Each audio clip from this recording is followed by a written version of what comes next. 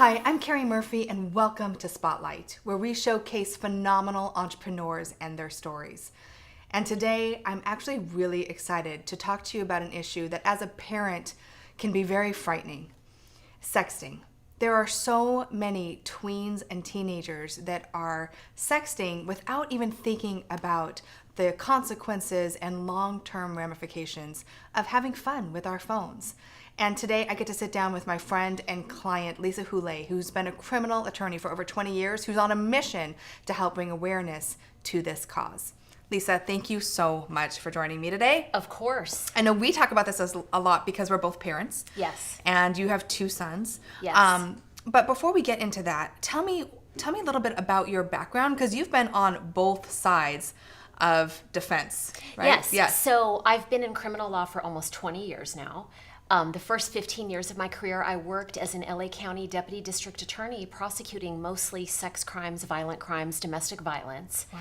And it was a fascinating, rewarding job.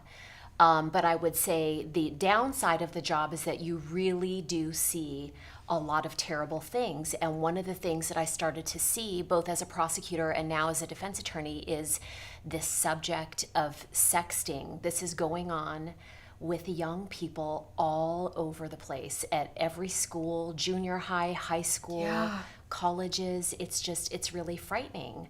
And so you're right, it has become my mission to get the word out. Because you don't even think about it, right? Like these young kids, really, they're kids. Right. Are just thinking it's fun. They don't think anything of it. Right. But you actually have seen, like, really the consequences. Oh, the consequences can be just tragic. Can you share a little bit about what you've seen? Absolutely. So there's a quite famous story that happened in 2012. A young girl, 15 years old at the time, in Vancouver, committed suicide after a tragic series of events. Her name is Amanda Todd.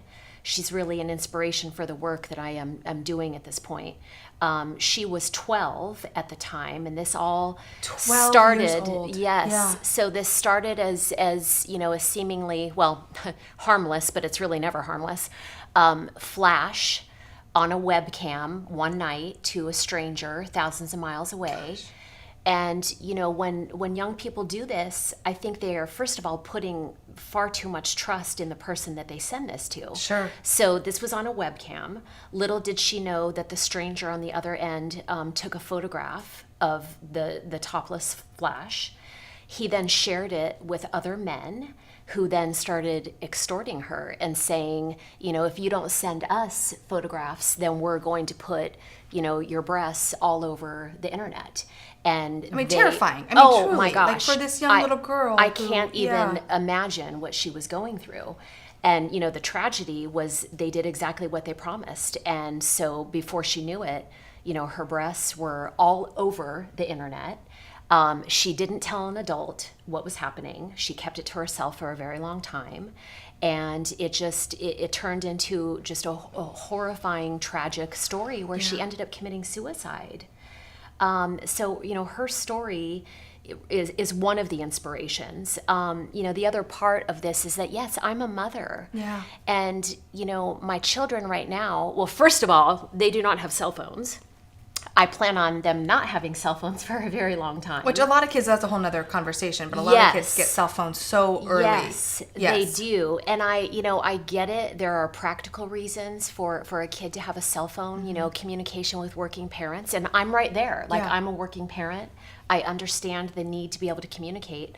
But if parents aren't having the conversation with their kids about safe use of cell phones and what not to do with your cell phone, and then this sort of taboo topic, which shouldn't be taboo, there has to be an open dialogue between a parent and their child to understand that, we get it. We've been children. We've been teenagers. We know that there are, hormones and curiosity and peer pressure and just this whole sort of exploration of sexuality. But there needs to be an understanding that asking somebody for a photograph of their private parts and sending somebody a photograph of your private parts, especially when we're talking about teenagers who have no understanding of the emotional expense. Right. When you do something like that, you can't ever get that back. That's the thing, though. That's with the internet and phones, yes. It's one thing when you're curious as a kid and you're,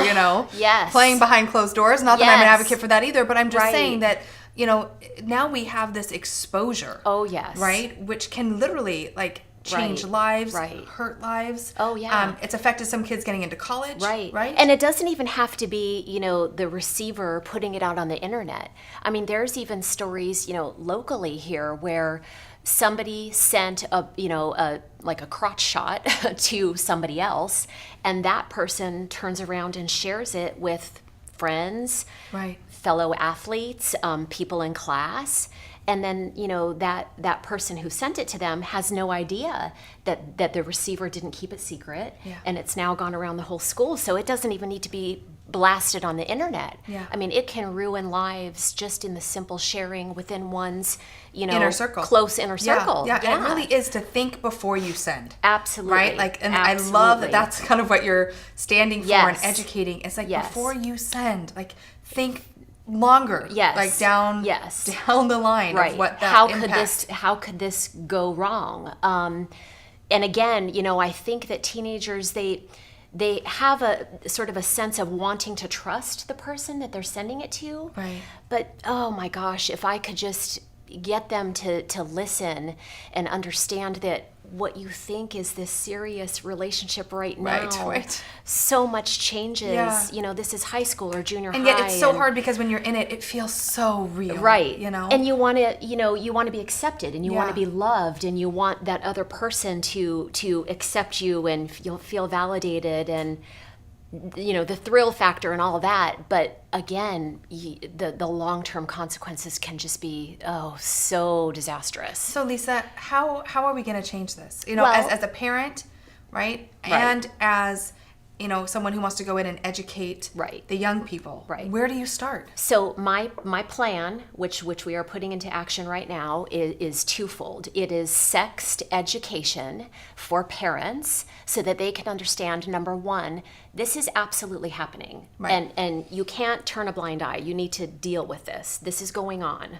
And even if your child isn't involved as a sender or receiver, your child is going to hear about these things going on at Absolutely. school. Yeah. So wouldn't you much rather start that conversation with your child than have your child find out at school? Like, hey, Mom, guess what I saw today? Or guess what I heard today? Exactly. Right. Exactly. So, I would much rather be the one to start that conversation with my kids. And I think other parents want to be the ones to start that conversation with their kids. So the goal is to start the sex to education with parents to understand what is sexting.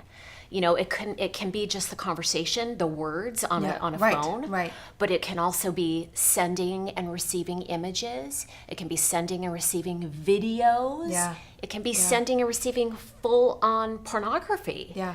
Which, It's so scary to think that's happening Yeah. with these, 8 to 12-year-olds and then teenagers. Never mind the adults Right. out there, but this Right. is really a problem. Right. Because it's so accessible. Right. So you are actually going to teach parents how to have these conversations? Yes. So needed. How to have the conversation, how to identify what it is, how to talk to your parent, your kids about what this is, and help them start to understand other people's tragic stories so that they don't have a tragic story. That's really what this is about, is preventing another tragic story, because it's happening so frequently that I feel like, this is my job as a criminal lawyer. I have to help stop this. Right. I'm aware of this epidemic, and it's my duty and my job to help put an end to this, because there shouldn't even be 1% of children out there doing this. Right. The percentages should be 0, and they just aren't. Yeah. I don't think it's going to be anytime soon. So, No. Lisa, when you go into schools and you're talking to these young people, what do you say to them? How do you help them understand the long-term impact versus the pressure and the fun? Because Right. it's almost like, Right. the say no to drugs. That Right. sounds great, but when Right. it's constantly in front of Right. me, it's really a Right. testament of will and Yes. confidence and parenting. And Absolutely. So I think, the first thing is that I have to acknowledge that I understand what they are going through. Again, I get it. Hormones, curiosity, peer pressure, wanting to fit in. Like, that's what everybody wants. And so I have to acknowledge that that is a concern up front with teenagers when I'm talking to them. But then I have to get them to then take a step back and think, this particular thing that I might be thinking about doing, sexting. Right. Is that really going to get me the things that I'm looking for, like acknowledgement and appreciation and acceptance by others? And that's really what I want them to start thinking about. Is sending or receiving a body shot, is that going to get you, the acceptance that you're looking for? Yeah. No. And then I also want them to understand, not only will it not get you that, but it also might get you a criminal investigation. Yeah, so let's talk about that. Yeah. So what have you seen from that point of view of being, on the other side and representing some of these sex crimes? Right. What can you share with us? Well, What have I you can seen? tell you that the police are taking these cases very seriously. Okay, the police cannot say to themselves, "Oh, kids being kids."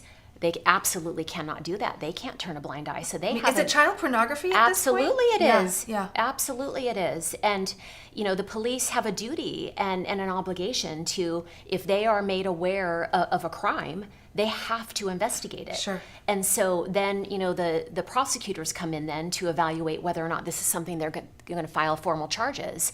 And prosecutors are also taking these cases very, very seriously. People are not just getting like a slap on the wrist, don't do this again. No, it's a very, rigorous, sometimes we can get like a diversion where they don't get criminal charges filed against them, but they have to go through a very, very long program to understand that what they're doing is wrong.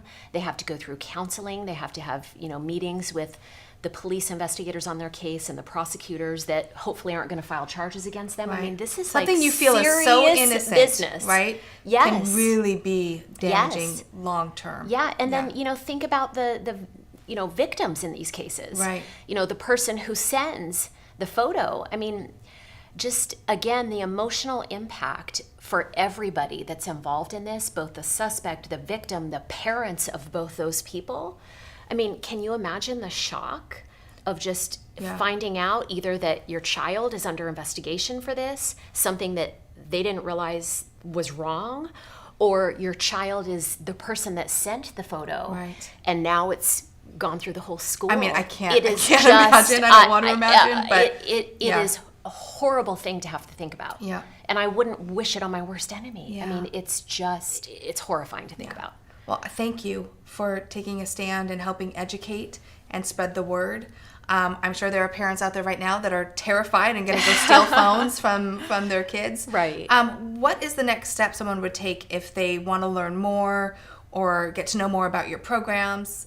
So to go to my website, lisahule.com. Which we'll have the link right below here. So there they can find out, both the programs. So the program for parents, which is sex to education, Love that. to Yeah. help bring awareness Yeah. to this issue.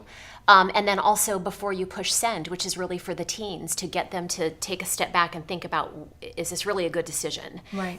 I want people to through this program learn to really think before they push that button. Yep. Because I really don't see any good reason, especially at this age, to be doing this. It's just not worth the No, risk. and you've seen the consequences. Oh, right? yes, have I seen the consequences. And Yeah. they can be tragic. Yeah. Really tragic. Lisa, thank you Of so course, much. of course. And I know this is a bit of a deep subject, but it's an important one. And the more education and awareness we can have around any topic, the better. So I really encourage you to send this to a family member, send this to a parent, send this to a teen, and let's open some eyes to something that can seem so innocent, yet can cause some really long-term detrimental ramifications. So thank you so much for watching this interview. Please share it. And again, post your comments because we really love hearing from you as well. As always, remember, it starts with you. It starts with you being a beacon, sharing information. And so please take a moment and share this interview. And as always, remember to keep dreaming it, living it, and being it. Until next time.